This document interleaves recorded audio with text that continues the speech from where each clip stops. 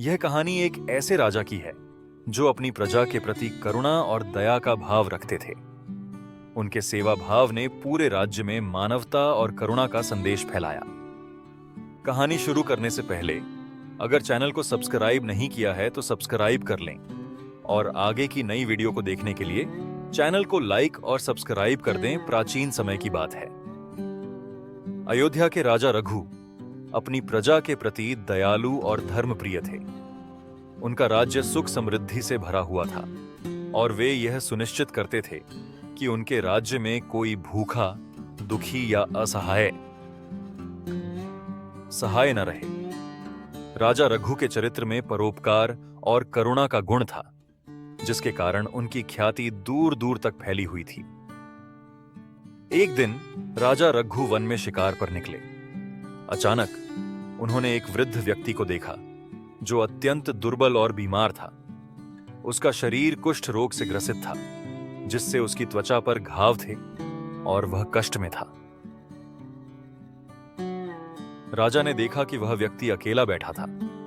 उसके आसपास कोई नहीं था और वह असहाय लग रहा था।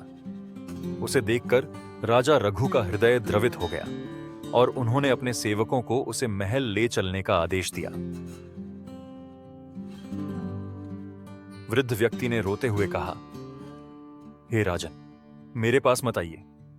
मुझे इस अवस्था में देखकर लोग मुझसे दूर भागते हैं। मैं कुष्ठ रोगी हूं। मेरे शरीर के घाव और इस रोग के कारण लोग मुझसे घृणा करते हैं। आप जैसे महान राजा मेरे पास आकर मेरी सहायता कर रहे हैं, यह मेरे लिए सौभाग्य की बात है। राजा रघु ने विनम्रता से कहा, प्रिय वृद्ध, किसी भी रोग से डरना मूर्खता है।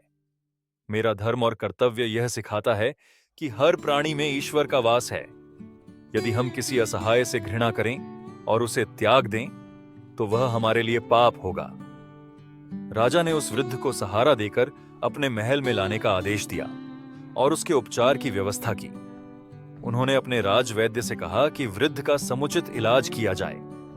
राजा स्वयं उसकी देखभाल करते थे, उसे भोजन कराते थे और यह सुनिश्चित करते थे कि उसे किसी भी प्रकार की असुविधा न हो। वृद्ध व्यक्ति के प्रति राजा का यह सेवा भाव देखकर महल के अन्य लोग भी प्रेरित हुए और वे भी उसकी सेवा में जुट गए।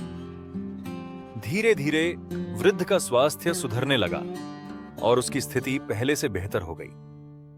कुछ ही महीनों में वृद्ध व्यक्ति पूरी तरह स्वस्थ हो गया और कुष्ठ रोग से मुक्त हो गया।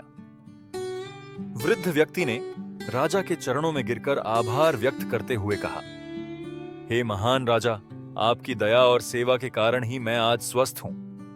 आपने बिना किसी घृणा या भय के मेरी सहायता की। मैं आपके इस उपकार को कभी नहीं भूल सकता। ईश्वर से यही प्रार्थना है कि आपका राज्य हमेशा सुख समृद्धि से भरा रहे। राजा रघु ने वृद्ध व्यक्ति को उठाते हुए कहा, यह मेरा कर्तव्य था। हर प्राणी के प्रति सेवा भाव रखना ही सच्चा धर्म है। किसी को रोग के कारण या किसी भी कारण से नीचा नहीं समझना चाहिए। सेवा ही सबसे बड़ा धर्म है। राजा रघु के इस कार्य ने पूरे राज्य में एक नई चेतना जगा दी। राज्य के लोगों को यह सिखाया गया कि किसी भी रोग को पाप के साथ जोड़ना अज्ञानता है। हर व्यक्ति को सेवा और करुणा का अधिकारी है और हमें सभी की देखभाल करनी चाहिए। राजा रघु का यह उदाहरण पूरे राज्य में मानवता और प्रेम का प्रतीक बन गया। उनकी सेवा भावना और समर्पण ने समाज में यह संदेश फैलाया कि किसी भी रोग से पीड़ित व्यक्ति के साथ घृणा नहीं, बल्कि करुणा का भाव रखना चाहिए। इस प्रकार राजा रघु ने यह सिद्ध किया कि सेवा और करुणा ही सच्चा धर्म है।